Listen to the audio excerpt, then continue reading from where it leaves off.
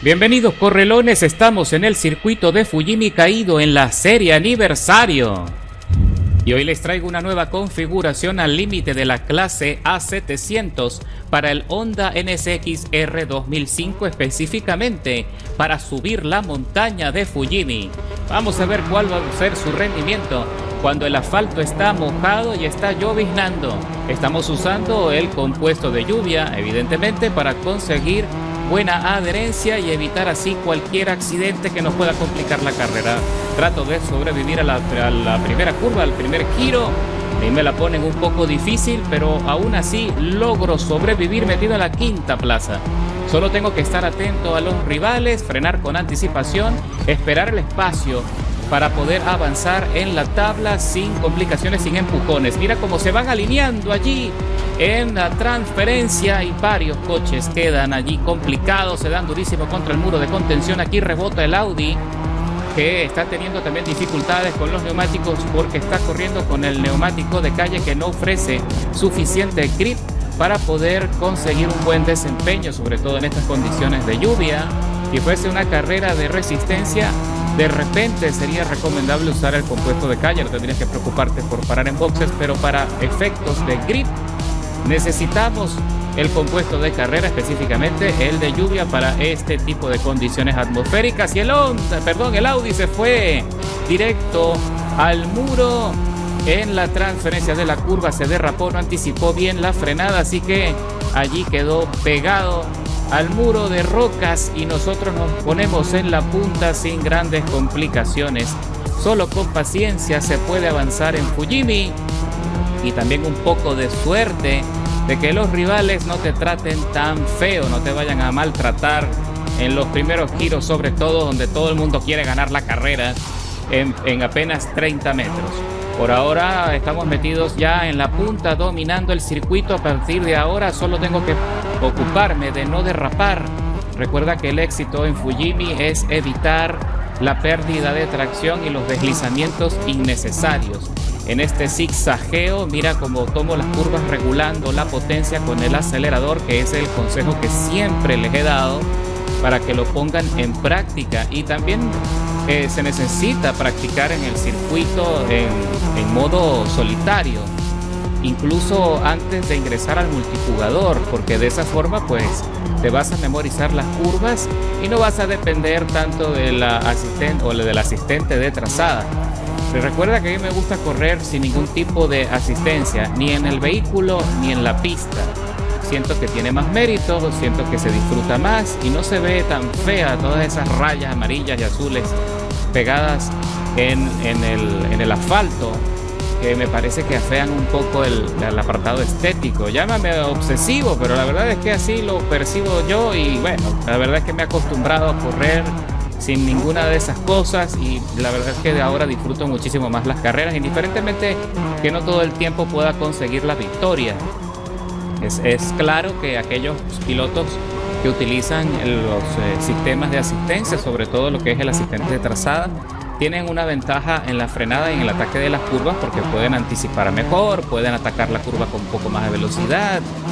Los que no usamos ese tipo de trazada, pues sí tenemos que memorizarnos el circuito, tenemos que tener claro cuáles son los puntos de frenado, tener bien identificados los puntos de referencia, de distancia, incluso memorizar nuestros propios puntos de referencia en la pista en condiciones como esta, por ejemplo, donde está oscuro, porque también tenía yo rato queriendo hacerlo, quería competir en estas condiciones de lluvia y oscuridad, a pesar de que aquí no estamos corriendo aún en condiciones de clima extremo, ¿no?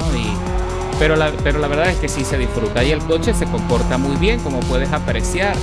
Estoy haciendo el recorrido sin accidentes, sin roces, sin estorbar a nadie, me mantengo en la punta con un ritmo fantástico. Esa es el éxito de instalar el kit de carrocería en este coche, que puedes permitirte hacer un ensanchamiento de neumático que da muy buen ataque en los giros, sobre todo en los giros más complicados, más difíciles o más lentos, que es allí donde se cometen muchos errores normalmente.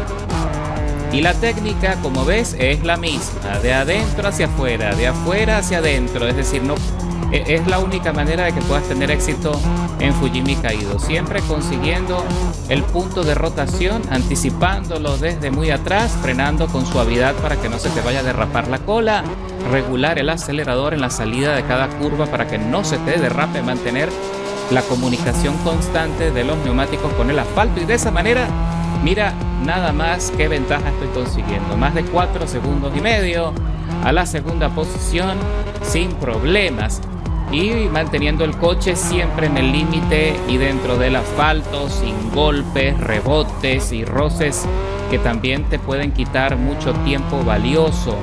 Otra cosa que pasa mucho en Fujimi Kaido, que si te acercas demasiado a los bordes puede atascarse el coche y puedes quedar pegado allí, y es literalmente un freno en seco. Y ahora estamos en el descenso, el coche va fenomenal. Es posible que en un instante adelante un poco la carrera para que podamos ver el desempeño de una nueva configuración que también les voy a compartir en este video del Nissan Z 2003. Por cierto, aparte del kit de carrocería, que ya lo vengo usando desde la semana pasada, en este coche también le instalé un supercargador o un sobrealimentador de desplazamiento positivo que le aporta muy buen desempeño en lo que es la aceleración y en el desplazamiento. No es tanta potencia como lo podría ser el turbo doble, pero al ser una potencia progresiva y instantánea, el coche tiene mejor respuesta en la salida de cada curva, porque no patinan los neumáticos con facilidad con el torque. Entonces de esa manera el coche tiene un desplazamiento mucho más eficiente y más suave también. Recuerda que el turbo doble aporta mucha potencia, pero al mismo tiempo aplica mucho torque en las ruedas traseras y es más propenso a derrapar o a perder tracción en la parte posterior, sobre todo en las curvas más lentas, cuando te toca regular el acelerador para hacer una rotación muy suave. Allí sí se siente más la dificultad. Entonces ya estamos por terminar la carrera y el coche, como puedes ver, tiene un desempeño fenomenal. Ya le estoy sacando 8 segundos 700 milésimas a la segunda plaza, a Jordi 54-16. Esto es un paseo, Y estamos ya en el último giro. Paso por el puente, piso a fondo en tercera marcha. Hay que tener cuidado en este sector, porque también se te puede derrapar el coche solo con la inercia. Así que siempre hay que acercarse al borde para rotar con buen espacio y liberar la dirección. Y cruzamos la meta con la victoria sin grandes problemas. La verdad es que fue todo un paseo, escalando 7 posiciones con un tiempo de vuelta muy competitivo de 8 minutos 52 195 milésimas. De hecho, fue el mejor tiempo de vuelta de la carrera. A este Nissan estoy usando el motor de serie V6 de 3.5 litros, pero también le instalé el sobrealimentador de desplazamiento positivo o supercargador, que le va a dar un desempeño mucho más favorable en el ataque de las curvas. Pisamos a fondo, estoy buscando el espacio nuevamente para poder entrar y salir de las curvas sin dificultades. Vamos a ver si puedo sortear a los compañeros que ahí se ven complicados. En la primera curva se fue directo al muro allí el Audi. Vamos a ver qué pasa con estos que están tratando de avanzar, están buscando espacio y se están portando bastante bien. Fíjate que no están empujándose ni arrastrándose.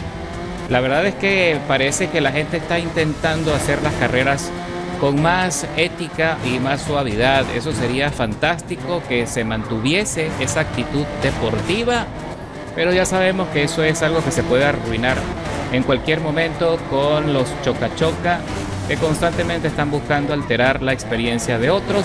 Ahí aprovecho la transferencia en la curva y hago el adelantamiento, y con eso me meto en el podio, ya metido en la tercera plaza detrás de Flippo PL, que va conduciendo su Nissan, pero sin ensanchamiento de carrocería. Por lo que puedo ver, está usando aerodinámica muy intermedia, o mejor dicho, la aerodinámica del coche.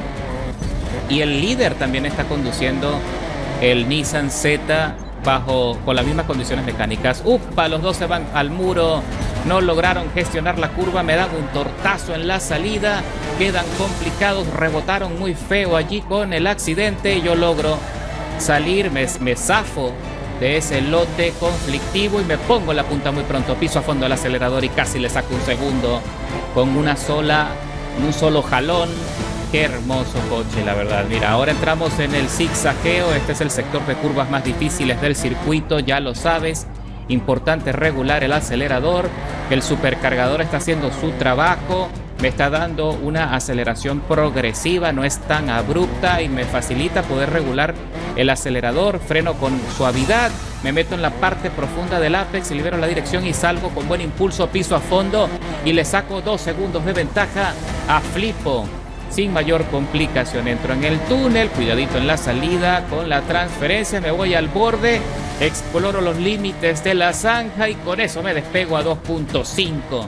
¡Qué barbaridad! ¡Qué hermoso coche! ¿Cómo se comporta?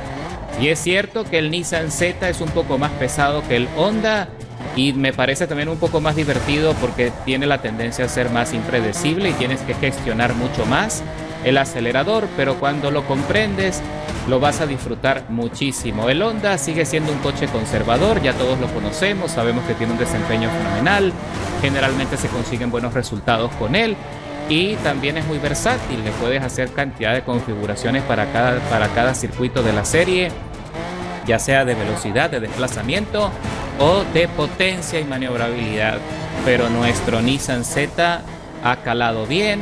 Es uno de los favoritos porque también puedes hacer variaciones de configuraciones mecánicas y bueno, sigue siendo un coche dominante y más divertido que el Honda. Eso sí, no quiero tampoco alterar los nervios de los fanáticos del Honda NSX, que también me incluyo, pero sí es cierto que el Nissan en esta serie me parece un coche muy competitivo y audaz.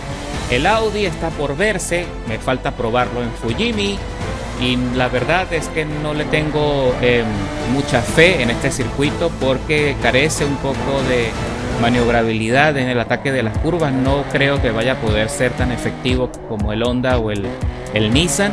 Creo que el Audi es más para circuito intermedio como Catalunya, que también les voy a mostrar pronto su rendimiento allí.